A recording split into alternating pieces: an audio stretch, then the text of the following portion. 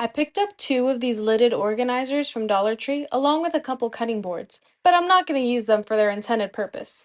I took a few beads off of this hoop accessory and I glued them to each of the four corners of one of the cutting boards. Then I took some hot glue and secured both of the organizers to the opposite side. I put the lids back on, then put a line of hot glue on each of them, using that to secure the second cutting board on top. Lastly, I took one more wood bead and added it to the center to serve as a handle. I took it over to the kitchen where it served as the perfect tea bag organizer. It looks way better than leaving the boxes on the counter, and it makes sure I always have my tea within reach. It also works great for my DIY projects, organizing my odds and ends so they're not bouncing around in the bottom of my toolbox. You'll want to head to the Dollar Tree for some bamboo cutting boards when you see all the wonderful things you can make with them. I'm scanning a keepsake recipe that means a lot to me. The scan is being printed backwards and enlarged to fit the cutting board surface, then trimmed down with scissors. I'm brushing some of Fusion's transfer gel onto one side of the cutting board. Mod Podge will also work as well. Once well coated, the printed side of the recipe is being positioned on top of the gel, then gently pressed to squeeze out the excess. This will need to dry overnight. The next day, I'm saturating a cloth with water, then soaking the paper until I'm able to rub it off gently with my finger. You'll also want to remove any excess gel in other areas of the board. At first, a white haze appears through the graphics, however, that disappears once the board dries. Next up, I'm painting some wooden door pulls with Fusion's black. To prop them for easier painting and drying, I'm pushing a screwdriver through an egg carton flat, then positioning the knobs with the screws into the holes. I'm holding the screws from underneath while I paint the knobs, allowing them to dry on the spot. I'm now flipping the recipe board good side facing down, then hot gluing the four pulls onto the bottom of the cutting board to act as feet. Before the reveal, here's one other quick idea to accompany the recipe board. I'm positioning some stencil lettering reading "Serve Daily" over top of the short edge of another cutting board, with "Daily" at the bottom and "Served" right above it, stenciling in Fusion's coal black. I'm now the proud owner of the cutest table riser and beverage coaster, perfect for my afternoon coffee. These boards help protect table surfaces from heat and moisture, as well as looking mighty cute. I love how the recipe transferred with a slightly rustic vintage vibe, which fit my cream and sugar perfectly. I also love how this little recipe covered board is sized so perfectly for the oil and pepper grinder right beside the stove.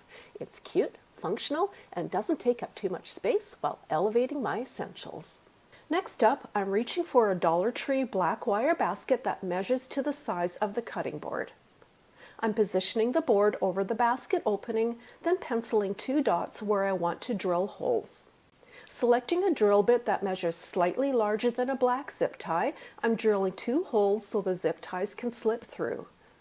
Before I attach the basket to the board, I'm stenciling a mini cross pattern onto the board in black.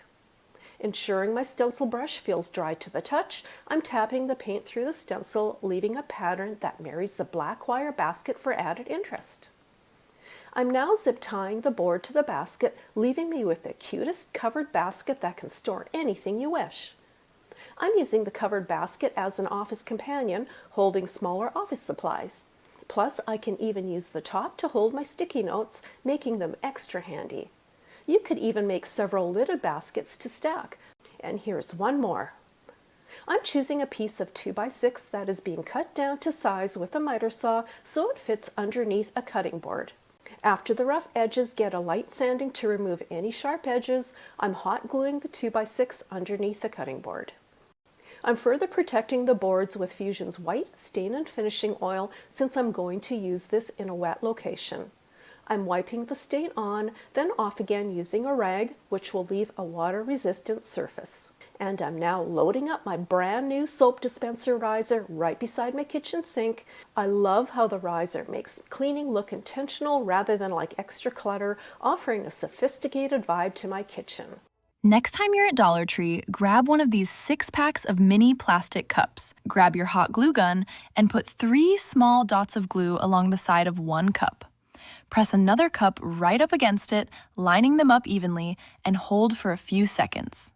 Then you just keep repeating that same step until all 6 cups are connected. Once you're done, you'll have this really cute arched organizer that works in so many places around your home.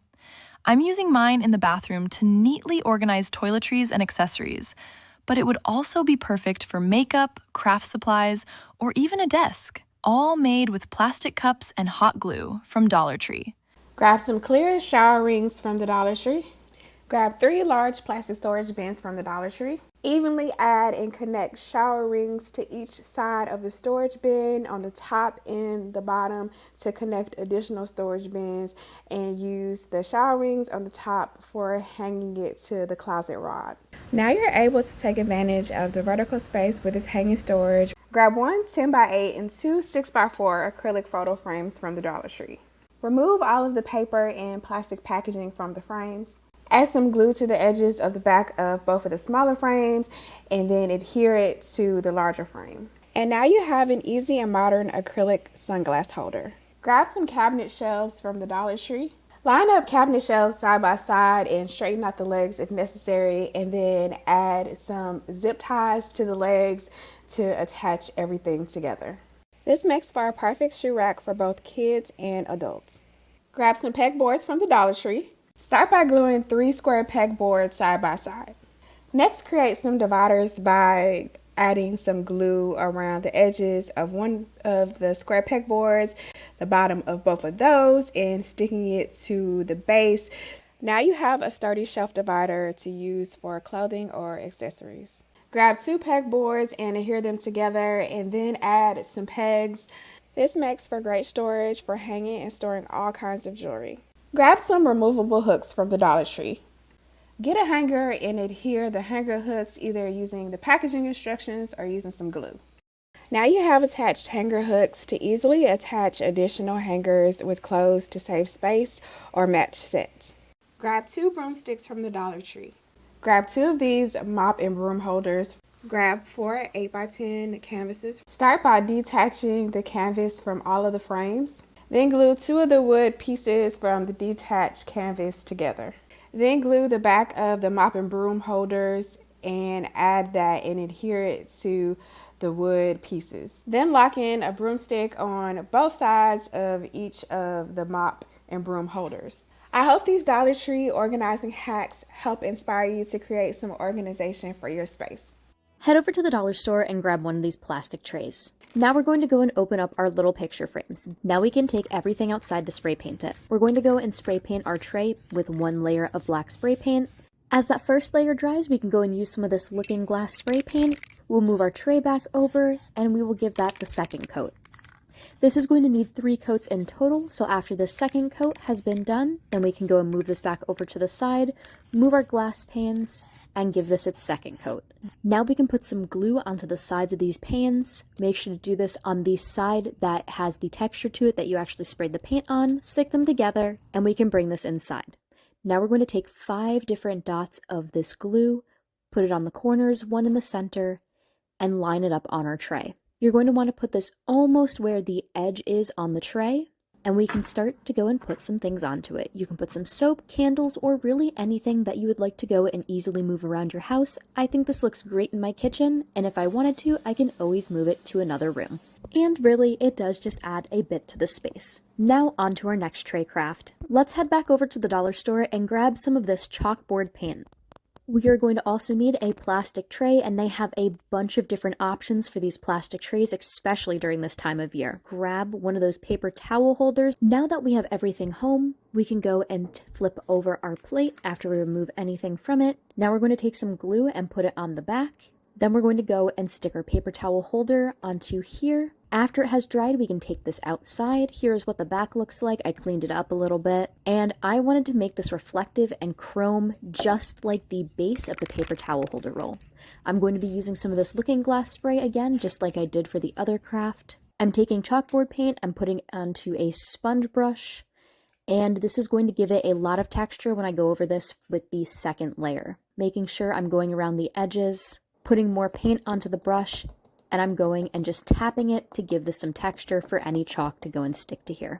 This craft was fun to go and make. It's great to have around if you have company coming over, and I hope you enjoyed all of these tutorials. Thank you all so much for watching. I'll see you next time. Bye!